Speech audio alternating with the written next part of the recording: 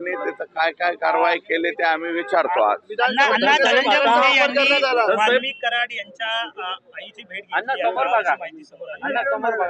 विचारपूस केली तब्येतीची। अहो मग घेतलीच पाहिजे ना, वाल्मिक कराडांच्या मातोश्रीला जाऊन भेटलं पाहिजे, त्याच्या कुटुंबाला भेटलं पाहिजे।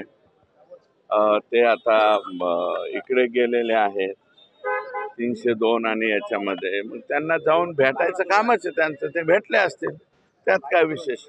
विधानसभा जिंकण्यासाठी कराडचा वापर करण्यात आला, विधानसभा जिंकण्यासाठी कराडचा वापर करण्यात आला, आता ते एकदम याच्यामध्ये सापडले तर कोणी। हो एक मिनिट ऐका, मी तुम्हाला पहिल्यापासून म्हणतोय की त्या माऊलीच्या विरोधात मला काही बोलायचं नाही। काय होतं की महिलेच्या बाबतीत एखाद्या माझ्या भगिनीच्या बाबतीत बोललं की ते फोकस सगळा दुसरीकडे जातो। माझी विनंती एक आहे की तुम्ही राष्ट्रवादी काँग्रेसच्या लोकांना सांगा की राष्ट्रवादीच्या मुख्य मुन्नीला बोलायला लावा।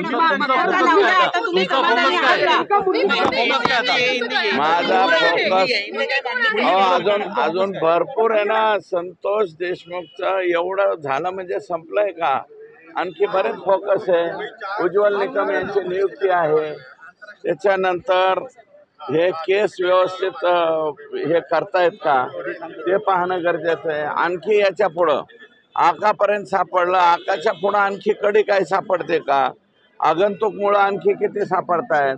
हे एकच सोटमूळ ताब्यात आलेलं आहे, आगंतुक मुळं अजून बाकी आहेत ना। या प्रकरणावरून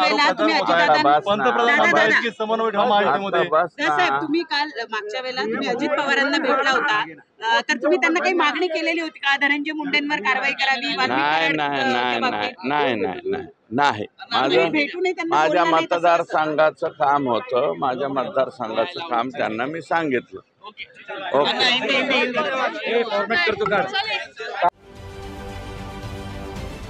महाराष्ट्रातील सर्व बातम्यांचे विश्वासार्ह व्यासपीठ, सकाळच्या सर्व सोशल मीडिया प्लॅटफॉर्मला लाईक, फॉलो आणि सबस्क्राईब करा।